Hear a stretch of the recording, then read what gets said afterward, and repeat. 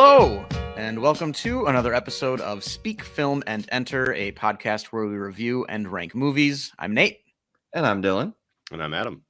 Today we've got the August Roundup for you. I got it right this time. I always say the month ahead. Yep. But this is the August Roundup. August Roundup, and we have one fun announcement for an upcoming episode that we can share with you to kick things off here, and then we'll dive into our usual categories. Dylan, do you want to share? Oh, I get to share the fun announcement? I thought so. You look like you got the most fun look of the three of us right now, I think. Yeah, I think you should share the fun announcement. Right. Yep. So basically, football is back, and everybody just is so excited. And if you're in fantasy football, you're probably doing your drafts now. And we thought it would be fun to do a sports movie themed episode. In particular, we are going to do a sports movie draft where we each have 6 spots on our roster. And the only rule is you can only have one from each sport. So there's going to be a little strategy going on, kind of like, if you're picking positions in fantasy or just in any sport drafting, right? Certain positions might have more good options than others. So do you want to scoop up, the one good tight end, the one good, football movie? Or do you want to just go ahead and get that, that stud wide receiver baseball movie? And, it's really up to you. So I think it's going to be interesting. We've all been started to watch some sports movies and develop our strategy. And we will also have a special guest for that episode. So there will be 4 teams. It will be our mutual friend Jay Viner of worldwide renown, and that should bring in some viewers for us. So that'll be midway, maybe second or third week in September. We don't have an exact date, but it is coming up in September, so that is something for you all to look forward to. Yeah, kind of take the place of the list this month. I think instead of doing one of those, we could have just done a top 5 sports movies list.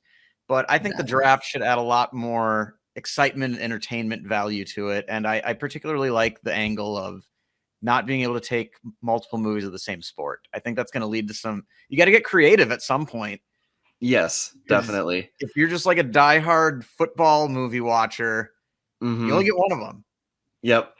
Same with baseball. And, we're opening it up to, other sports, hockey, anything that has to do with the Olympics, running, biking. I mean, we'll discuss the criteria more before the draft, but we're opening it up, trying to get pretty broad with it, what qualifies as a sports movie.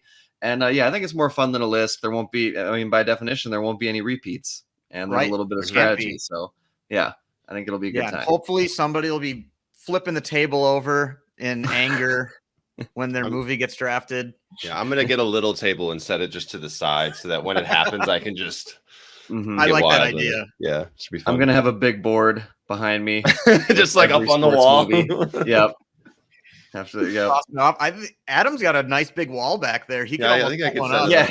I could do it. I mean, I got to put other stuff up on my wall, but I think I could use that. That would be more fun than just a boring screen share board.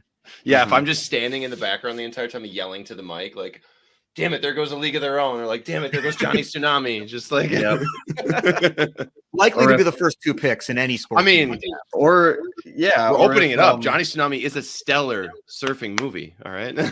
But what happens when an hour before the draft, Johnny Tsunami gets photographed hitting a bong? Then he might slide. It could hurt his draft capital. There's always a late day draft surprise. Or like Jerry Maguire just pulls out of the draft last minute. Oh, yep, exactly. Decides to go back to school for another year. Right. Ooh, that would be intense.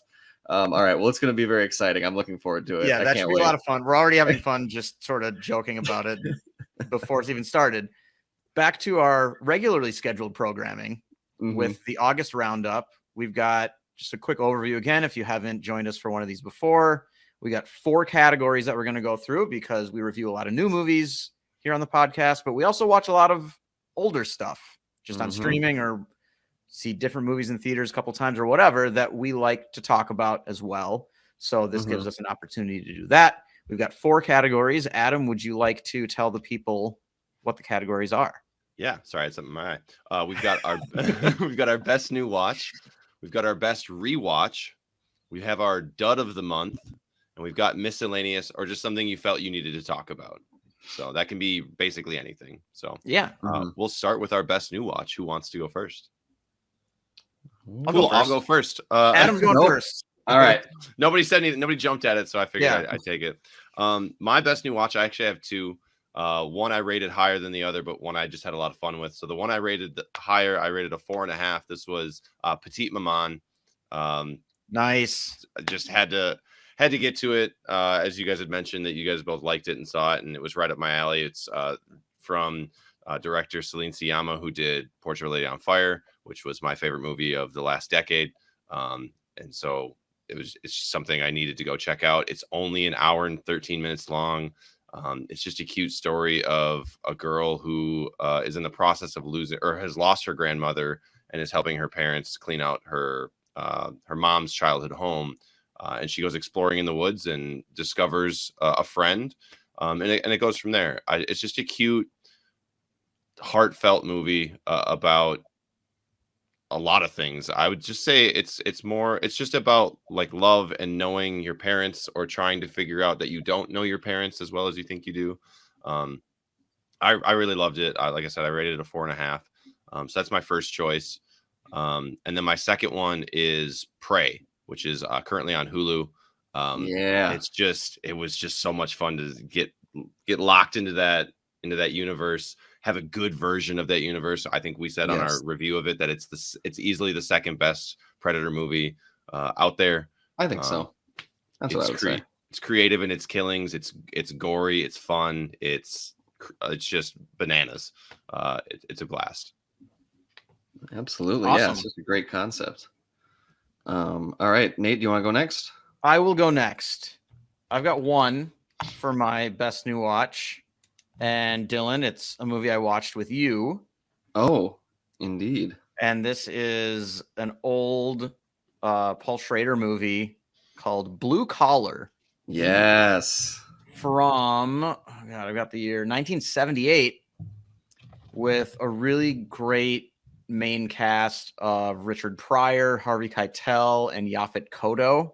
Yeah. Along with some other old faces you might recognize. And this movie is just about 3 union guys working in Detroit. I think they're in Detroit. They're at least in Michigan. Yeah, they're in Detroit. Who just one day, due to some frustrations and kind of need more money, decide to rob their union headquarters or union office. Headquarters is maybe the wrong word. It's not that elaborate. Mm-hmm. But yeah, rob the union office. Mm-hmm. And this movie sort of takes shots at everything and everyone in it. Mm-hmm. It's Paul Schrader, so it's really gritty and kind of down to earth. Mm-hmm. And it also is surprisingly funny, which Absolutely. I mean, shouldn't be a huge shock given that Richard Pryor's in it. But at the same time, you hear Paul Schrader and the concept, it doesn't sound like it's going to be also kind of a comedy. Mm-hmm. At moments, and this movie is really funny at times. It has really good characters and great themes. My only real issue was that I wasn't sure how I was supposed to feel when it ended, because it takes shots at so many different things. I was sort of left with like, whose side am I supposed to be on here? Like, what, But that said, I give this 4 out of 5. It's a really, really good movie, and one that I think anybody should check out if you get the chance. It looks like it was Paul Schrader's first movie that he directed too. So that's pretty interesting. Nice. What's that on? Do you know offhand? Well, Dylan and I watched it on Criterion. Okay. I think it's currently still there, but I don't know if it's anywhere else. I think anywhere else you just got to rent it. Yeah. No, I agree. And that was on my, do you have another best new watch? Nope. That was it. Okay. That was one of mine, and I just agree with everything you said. At this point, I just love anything with Harvey Keitel in it. He just seems to never age. And this is right around the time he did Mean Streets, the Scorsese movie, and he is just in the zone. Richard Pryor in the zone. Comedic timing is great. He's trying to get his dramatic chops down too. Yaphet Kotto, solid. And honestly, like you mentioned, it's really funny. Like there are laugh out loud moments. There's little subtle things that kind of happen in the background that like are really funny, but you actually have to like pay attention to them. And I thought that was really good. Like I like you said, I didn't expect a Paul Schrader movie to be as funny. And then yeah, I think I would agree that really the shortcoming is that, like you mentioned it, it's criticizing, union leadership, it's criticizing the corporate bosses and the companies, it's criticizing the cops and the way they kind of facilitate it. It criticizes workers who fight amongst each other, the old worker who doesn't care about the young worker, vice versa. And it's like, and then by the end it kind of just devolves into almost like, everybody's just fighting everybody and that's what they want, but it's not really like clear enough defined like who they are and who like right. It's just it kind of feels like it's over and you're like, oh, so everybody is morally dubious, like, right? And like, everybody sucks. Yeah, which is too bad. But other than that, really, I'm glad that we finally got to watch that. It's been on my watch list for a long time, and I think it's definitely kind of a forgotten, kind of hidden gem. But I really liked it, and if you ever get the chance to check it out, Blue Collar, I would definitely recommend. My other favorite new rewatch, because I started, I'm giving away whoa, new or rewatch? Yeah, we got categories. Two separate categories. Sorry, sure. My other best new watch, and this is I'm risking a little bit here with the sports draft coming up because I've been watching these sports movies. So I am going to mention one. You don't here. want to tip your hand? Is that what I know? And now you guys are gonna move it up your draft boards because this is a strategy right now. This is a strategy. He's trying to play us. Yeah, right. Or is it reverse psychology? Or and I actually hate this movie. And he knows. I'm just gassing you up. But I know that it's got a torn ACL from 2 years ago that it didn't tell you about. This is from the year 2000, Love and Basketball, which I have been meaning to watch forever, and I was never able to. It's on Netflix, and I gotta say, this is just a solid sports drama romance. All three of those genres are served well by this. It's all about identity. It's basically, if you've never heard of it before, Love and Basketball. Monica and Quincy love and play basketball together through many life challenges from childhood to adulthood. So it's like it takes place that starts when they're kids. It's also cool because the movie's broken up into like first quarter, second quarter, third quarter, fourth quarter. Oh, interesting. Yeah, that's kind of cool. And like, they take different paths, their paths come back together. But mostly, like I said, it's about identity and how people, build their whole identity around a sport and the different expectations for if a guy is doing that or a girl is doing that, or if your boyfriend is doing that or your girlfriend is doing that. It really just jumps in. You get a little bit of their parents and their dynamic. I mean, honestly, it's just a really well put together movie. And when they're in high school, it has a scene at the prom. One of the best prom scenes, like most like realistic, down to earth prom scenes that I've seen, especially in this era when it felt like every teen comedy, like their prom would be like just an over the top gala where you're like, it is not like this at all. Like what it's a gymnasium, not a fucking, yeah, like good Lord. Whereas this was very like, it's kind of cozy. There's like a few groups of people dancing. There's like a few groups of people on the side, and it just felt honest and real. And I like that. I really like this movie pretty much from start to finish. So I gave it a strong 4, maybe even a 4.5. I just think it's really well put together, and it successfully pulls off the romance and the sports movie aspects. So that was my other favorite new watch of the month, Love and Basketball. Nice. All right. Good choice. So coming back around to me for best rewatch. So you guys are probably going to disagree with this, but the best rewatch I had was Doctor Strange and the Multiverse of Madness. Ridiculous. Yeah. I know that it's been universally like kind of shit on or panned, and people aren't very it's been high on it. It's been multiversally shit on. Oh my God. All right, that's all for us tonight, folks. Have a great September. We'll see you next time. We can just knock Dylan right out of here, right? I think we could just remove him if we need to. See how it is. I see. You had us in the first half with that Love and Basketball, and now I greatly appreciated that pun. Thank you. Great joke. Phenomenal. Well crafted. Yeah. No, my parents are in town this weekend and they hadn't seen it. So this is their avenue to getting to some of the new Yeah. Marvel stuff. Going back through it, I gave it a 3.5 after our original viewing, and we did an episode about it.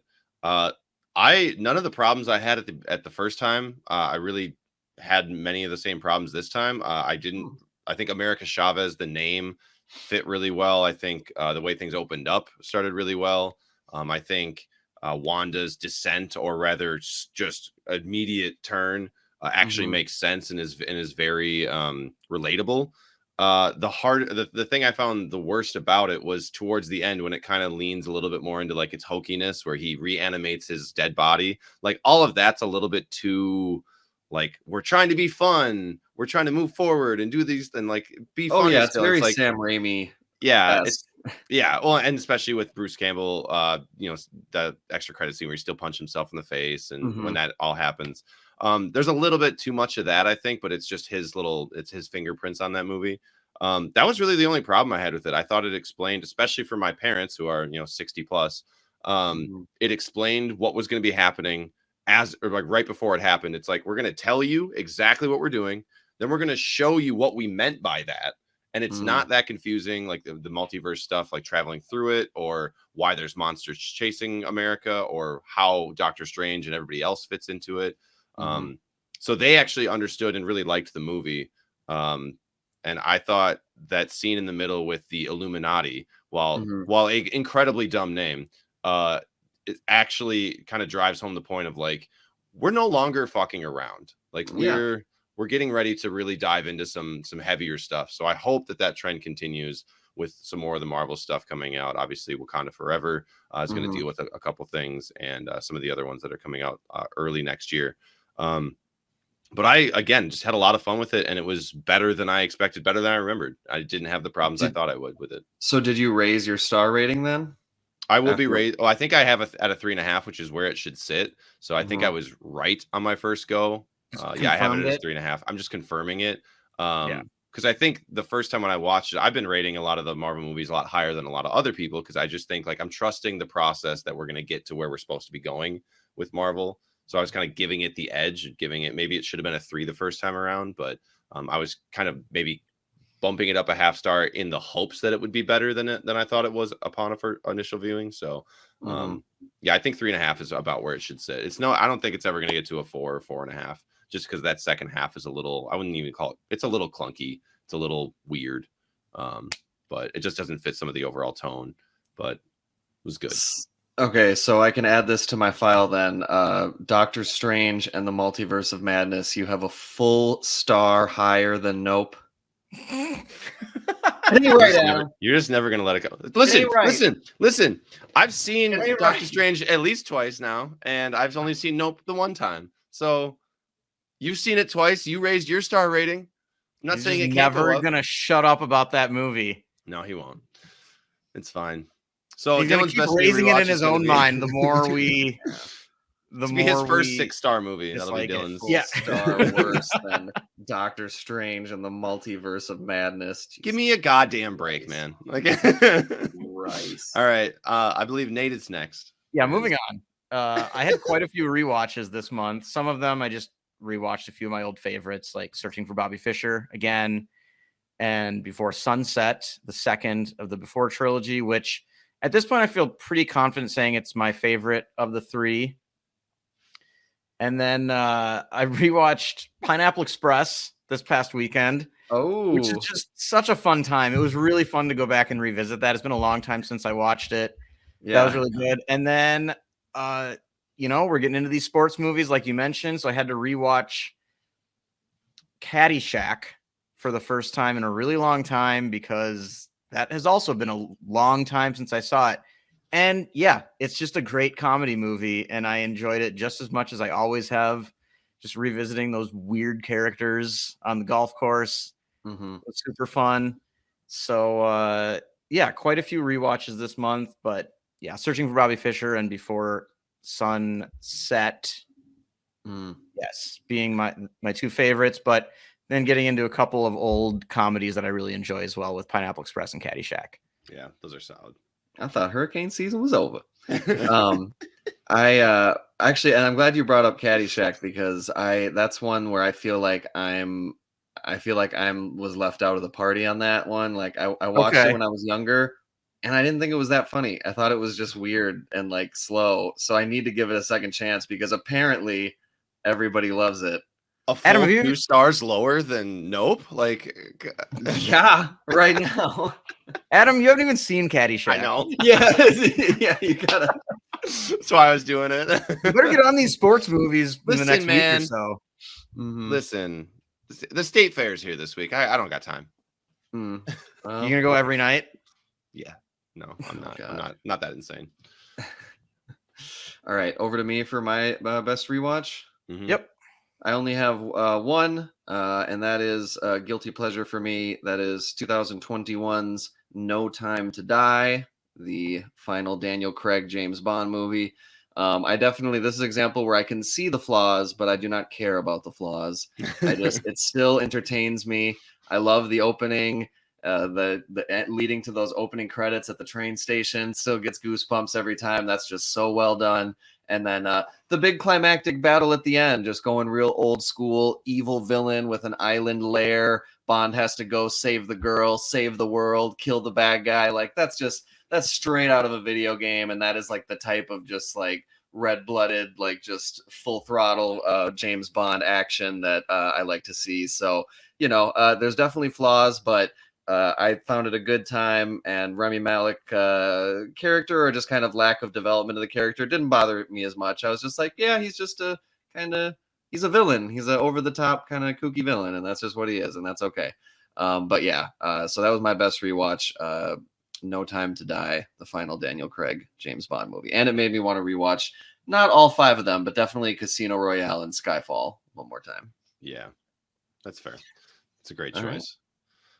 So to me, for our dud of the month, or my dud of the month, I should say, this is a movie we watched at the beginning of the month. Nate and I watched together, and this fits. Hated this.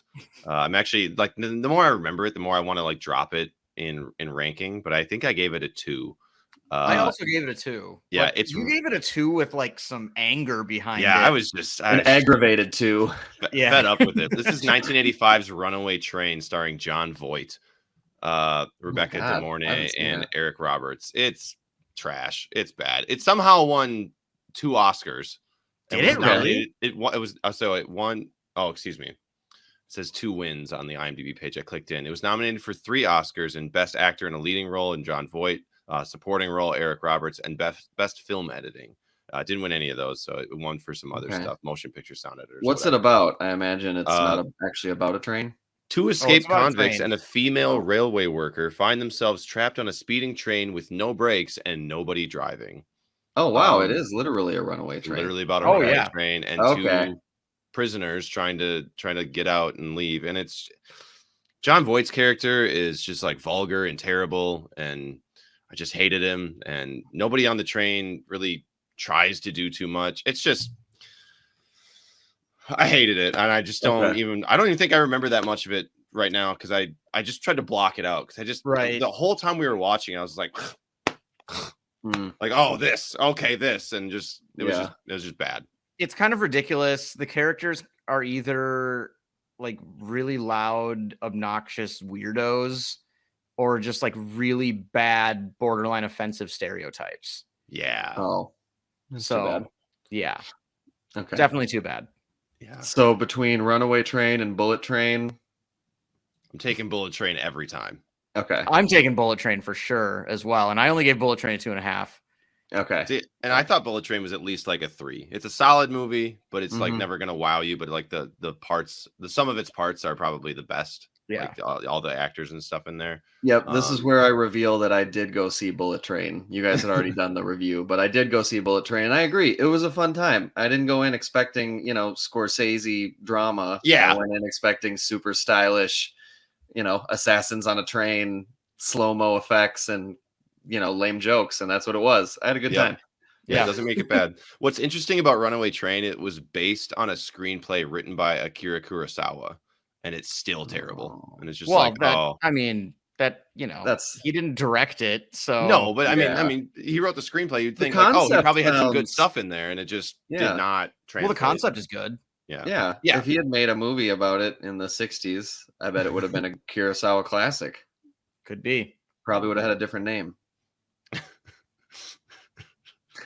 Something in Japanese, perhaps, or just something not so literal, but Runaway Train. Right. Yeah. All right, on to you, Nate. This is the first time I think that I'm ever gonna have my dud of the month be a rewatch. Oh, I thought you were gonna say you don't have a dud. Everything you watched was golden. No, that's not true. I mean, we just talked about this. We watched Runaway Train together. Listen, it doesn't have to be your dud. No, it's just mine. It was a dud for me as well, but okay. I don't know. I don't want to talk about that movie anymore. Okay. For me, the dud of the month is my rewatch of 3:10 to Yuma. Oh, with the original Russell Crowe and Christian Bale. Oh, the new one. Okay. Yeah, the new one from like 06. Yeah. 07. Yeah, the ending of this movie is hot trash. The rest of it is pretty good, but this movie has one of the dumbest endings I've ever seen, and I will never forgive it for that. Okay. And I had forgotten. Noted. And I had forgotten that the ending was terrible. Also, I think I only watched this like one time when it came out. Okay. And I remember kind of enjoying it, and then I watched it again, and I was like, this ending is so fucking stupid. So how much did it drop in your star ratings? It went from a 3.5 to a 2.5. Oof. Full star for that ending. Full star. Dang. It now is the same score as Nope. Now you're saying it. Now I don't even need to bring it up. You guys are already thinking it. See, this is how the running jokes get run into the ground. Right. It's a good thing for the program. So yeah, that was it. I mean, have either of you guys seen it? No. I've seen the original, but it was a long time. Okay. I think my dad. I think I watched the original with my dad. Who's on here who's seen this movie?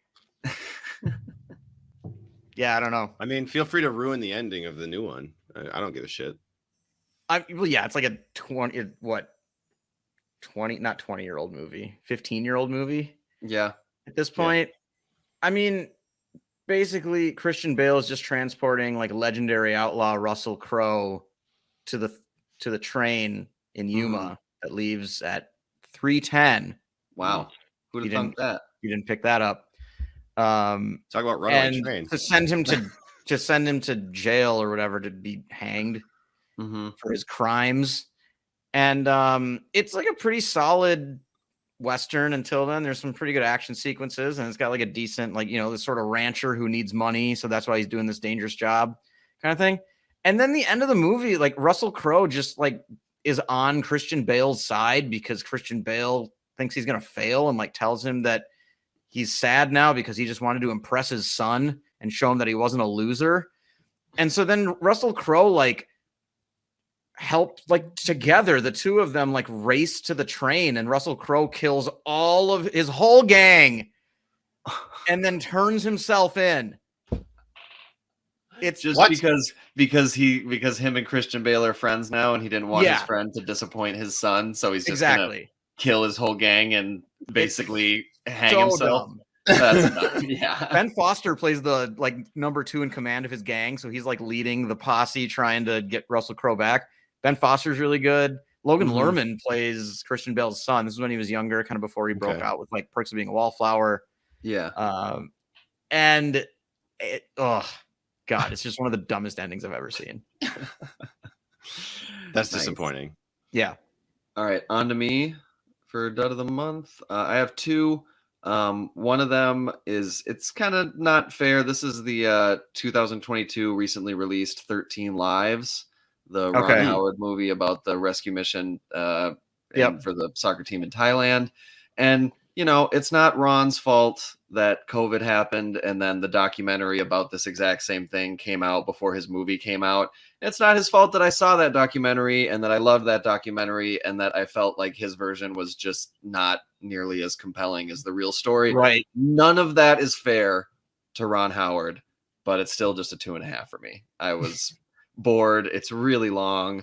And it's like, I don't know, after knowing the real story, and then you see all these like movie stars come in and play like Colin Farrell, but he's gonna play like, you know, someone who's not handsome and confident and kind of, you know, and then you have Viggo Mortensen, and he's another guy who's not handsome and not confident. It's just like, okay, like, I don't know. I know what the real people look like, and it just felt so obvious. Like, no, we're gonna get movie stars to play them. Like, I don't know. Right. I feel like the casting was it was too much. They should have almost went with lesser known actors or something. But yeah, it was tough knowing how everything unfolds before the movie, and just because it's so long. So that's a 2.5. I don't want to spend too much time crapping on that. And then the other one is the movie that just got released on Netflix, starring Jamie Foxx, and that is Day Shift. Oh, you watched this? A vampire hunting action movie. Isn't Dave Franco in this as well? Uh-huh. Is Dave Franco in this as well? Dave Franco is in it, as well as Snoop Dogg, and Snoop Dogg is in it, and Natasha Leo Bordizzo. I was just looking at it, and I was like, I don't recognize any of these people. Yeah, Megan Good. I don't know. Eric Lang. I don't know. But basically, it starts off strong, and there's certain things that it does that are very maybe not completely like original, but I hadn't seen before, and it had some twists and turns where I was like, oh, okay. And like they're definitely trying to go for the humor side, and some of it did work, but down the stretch it felt like it ended too quickly and too like easily. Like it just, I don't know, I felt like almost like, oh, they're still building this, and it's like, nope, actually we're coming down the home stretch, like we're gonna wrap this thing up. Like, I don't know. And then it was sitting at like a 3, and then they feel the need to have that movie end with Snoop Dogg saying a line that just feels so like, what? Like, it's just like, what? Why? That, come on, guys. So I don't know. I had a good time. I can see why some people would say it's really fun, and it is fun, but there's just not much there for substance. So I was a little disappointed. So 2.5 for Day Shift. It's disappointing.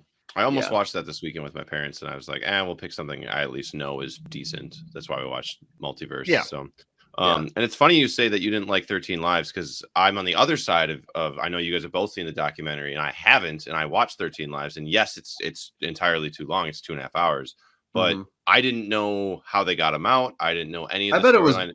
I found it very compelling. I found we talked about this, I think, off air, where because I didn't know what was coming, Ron Howard tends to add a lot of like extra drama into some of his movies, and there really wasn't a lot of that here. It was just like, here's what happened. This is compelling enough.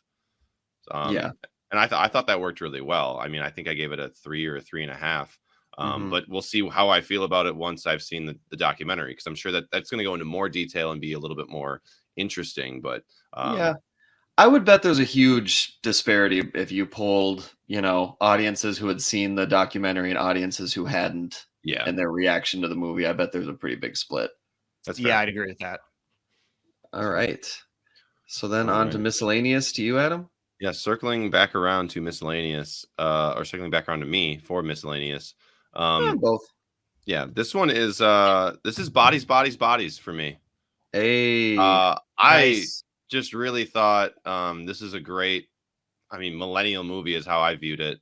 All of the problems and all of the issues that these rich kids have, I think is very I think these are Gen Zers technically. Yeah, technically, but I feel like they all, like all of those things. I mean, Gen Z and millennials it's similar. I feel like they get confused, but even though they're completely different, they have similar experiences, or we have similar experiences to Gen Z. And I just loved everything about it. I thought it was super funny. I loved that everybody that's in it, like I've seen before, but didn't necessarily know who they were. They're like, people on the up and up, or actors around probably our age on the up and up, or maybe a little bit younger. It was just really funny. And I loved the ending. I loved how everything starts to unravel as it goes on. And just the concept of itself.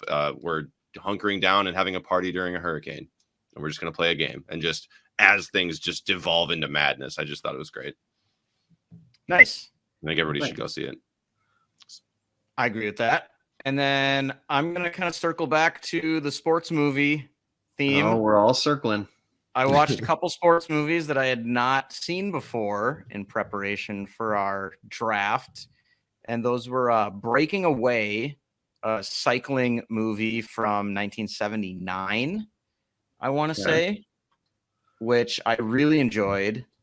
That's about like a kid who gets really into cycling in his small Indiana town, and his 3 friends. They're all kind of from like the blue collar side of town. And they develop this sort of rivalry with like the rich kids who go to college. Oh yeah. And I recognize. What was that? I bet the rich kids have nice bikes. I thought you said there would be a knife fight. They got Schwinn's. Well, maybe that's what the rich kids probably thought. Yeah. Kids from the other side of town are going to come knife fight us, but no. Dennis Quaid and Daniel Stern are 2 of the main 4 kids. Oh, wow. And Jackie Earle Haley, I see. Jackie Earle Haley, who was in he was Kelly in the Bad News Bears. Oh, nice. I know him from Watchmen as Rorschach. And that one was really good. And then I finally watched White Men Can't Jump. Hey. Okay. And did you have a good time? Yeah, I had a great time. I gave it a 3.5. Yeah. I was not expecting, and I still don't really quite understand how this fits, but there's just a lot of stuff at the end of this movie about Jeopardy, which is kind of weird. Yeah. I mean, it wasn't like bad, but I was just like, what are we doing right now? What? Hey, Jeopardy was real big at the time. It was a phenomenon. So naturally, it's got to be in a movie about a basketball hustler. Yes. But yeah, I liked both of those movies. So look out. Maybe they'll be on my squad at the end of the draft. Okay. Ooh. All right. The Woody Harrelson, Wesley Snipes action. Okay. Yeah. All right. It's gonna be his back pocket basketball movie. Mm-hmm. And how did you love the early '90s fashion? The early '90s beach basketball fashion. I loved the look of the movie and just the feel of it. It's like these guys could wear whatever they wanted and nobody said shit. Yeah. Amazing. Yeah, I'm gonna have to get a rewatch in on that too before the draft.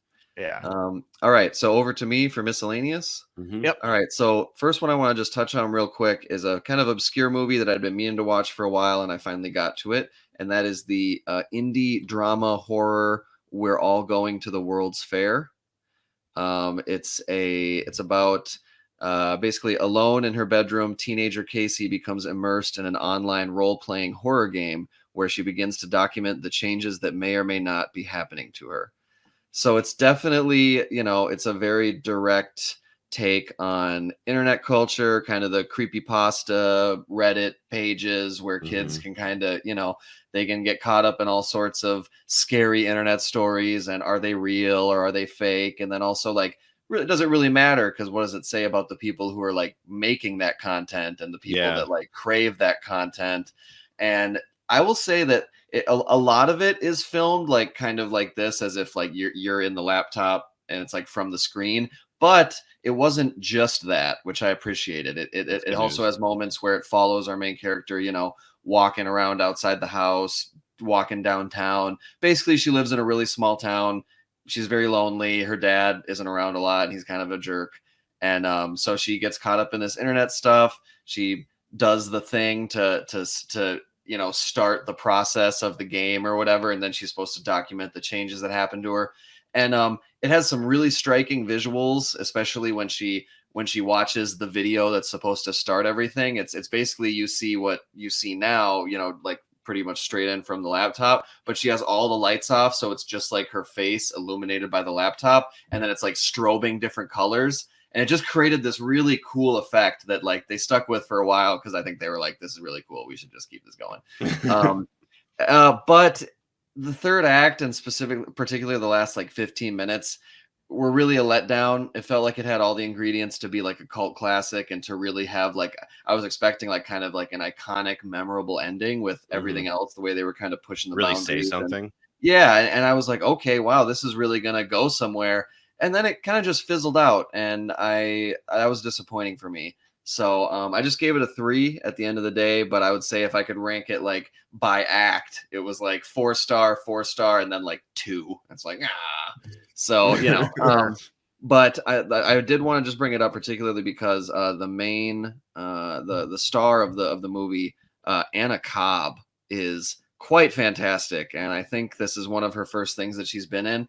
and she basically has to carry the whole thing, and she is really great as just a teenager dealing with lonely teenager stuff and kind of getting drawn into this corner of the internet. And it was interesting because I watched it on the same day as Bodies, Bodies, Bodies, which is kind of like all about like, the type of kids that are like cool, rich TikTok stars. And then later I saw this about like, poor, rural, lonely teenager who just, the internet means something completely different to her than what it means to the kids in Bodies, Bodies, Bodies. So that was very interesting, but just gave it a 3. And then the last thing I'm going to talk about is I spent a wonderful Saturday night with our mutual friend Mason rocking out Rocky 1, Rocky 2, and Rocky 3. It was a Rocky marathon. I had never seen any of them. Wow. Yeah. You hadn't? And no, I had never seen any of them. Oh, the legend, I thought you man. had seen the Rocky movie. I've never seen any of the Rocky movies either. No, yeah. It felt like I missed the boat, and then by the time that's like it's been parodied and it's been referenced so much in pop culture, I just felt like I already knew what happened. So what's the point? And I gotta say, I mean, the first movie, it was better than I expected. I expected kind of cheese and kind of like over dramatic, like inspirational, but it's late 70s. Like there's melodrama. I can totally see why Sylvester Stallone became a star after that. I mean, there's nuance to his performance. He's vulnerable at times. He's not just a big rock'em sock'em hero. There's definitely some characters like Paulie is just an awful human being, and the movie goes out of its way to be like, yeah, this guy sucks and he's a doofus. And then like I liked how the love interest was not like a over the top, like gorgeous like actress. Bombshell.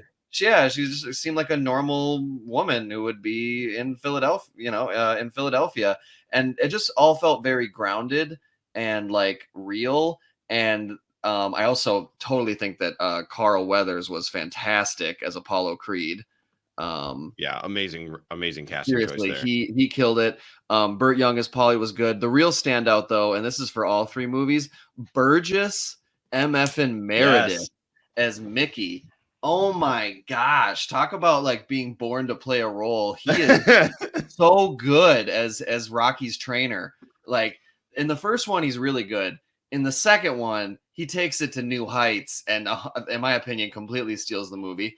Moving on to so I really like the first one. It ended. I was like, yeah, I get it. I like how it's not even about like him needing to knock out Apollo Creed. It's just, can he go the distance with Apollo Creed? Can he, make it all 15 rounds? And then, I just loved the ending. I thought it was very realistic, and then classic, like freeze frame ending. Like, like, right. I could totally see, I was jazzed. I was like, yep, I'm inspired. I get this.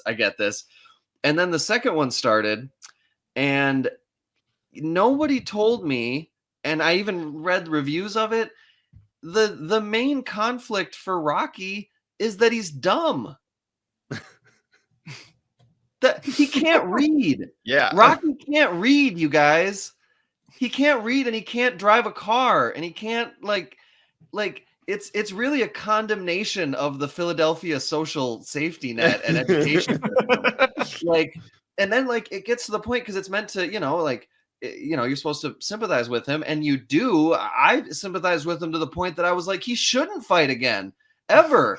Like he needs to take less punches to the head. And then when he's in the boxing ring, he's not even defending himself. He's just taking shots in the head. And it was like, oh my God, like get out of there, Rocky. I didn't expect it. And then even halfway through, I was like, okay, the fact that the only thing going on in this movie is that it's almost like making fun of how Rocky isn't intelligent. I expected to see that in the reviews, and no one was talking about it. And I was like, am I crazy?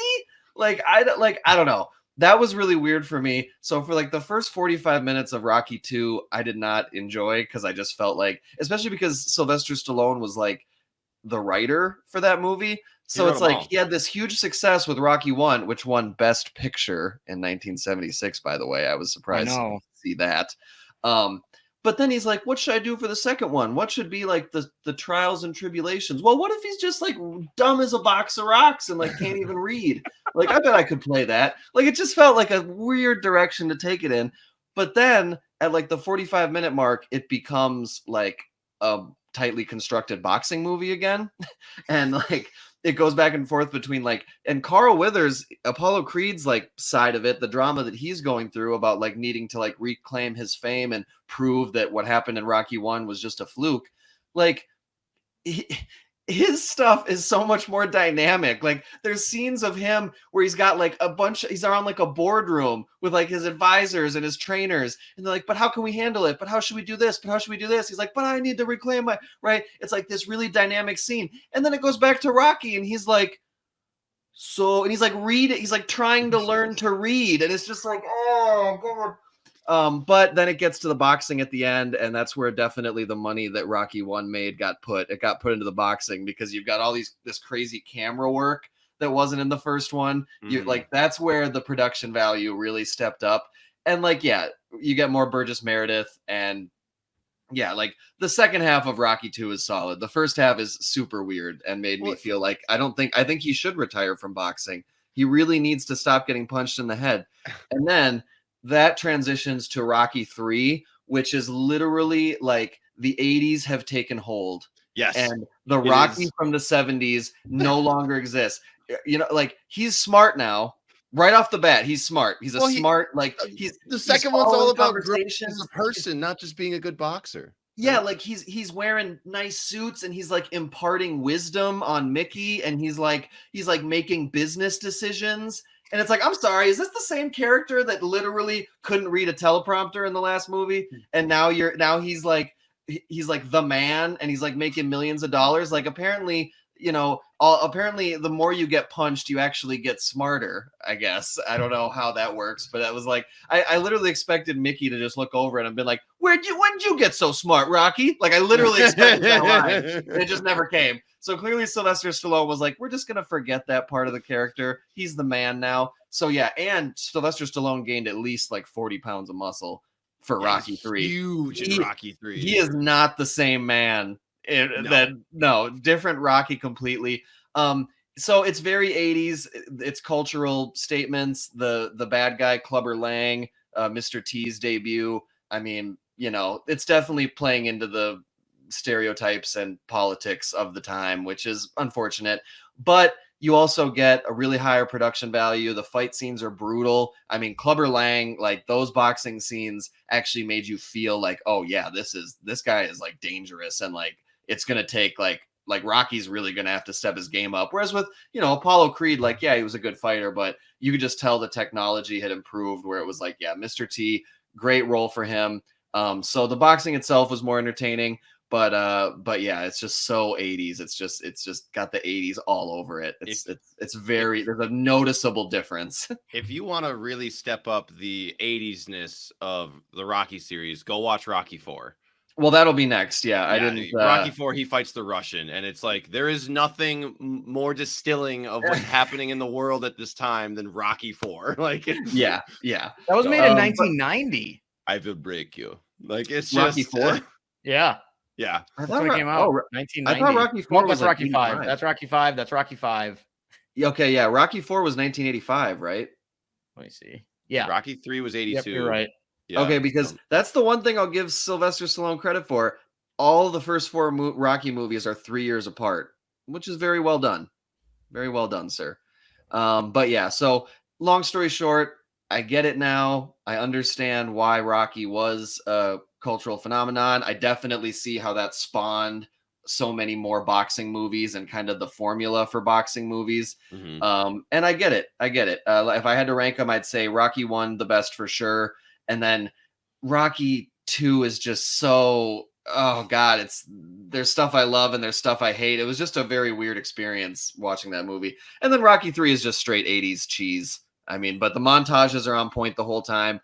And again, I just got to shout out my boy, Burgess Meredith. He has a monologue in the second one that is top notch. I mean, just like he is showing Sylvester Stallone how to act in real time. Yeah. So I had to go on my little Rocky trilogy rant there. So I appreciate you guys putting up with it. But that's why I saved it for the end. And we're doing good on time too. Most of our roundups go a little longer than this. So. Yeah. I like it. I'm glad you watched those. Those are all solid. Yeah. And now I know. Not to give away my hand for the draft coming up though, but you know. Yeah. All right. Was there anything else that you guys wanted to add, or should we wrap up the episode? Whose turn is it to put a wrap on the show? It's my turn. All right. Take it away, Nate. Maybe we should have robbed a liquor store like everybody else.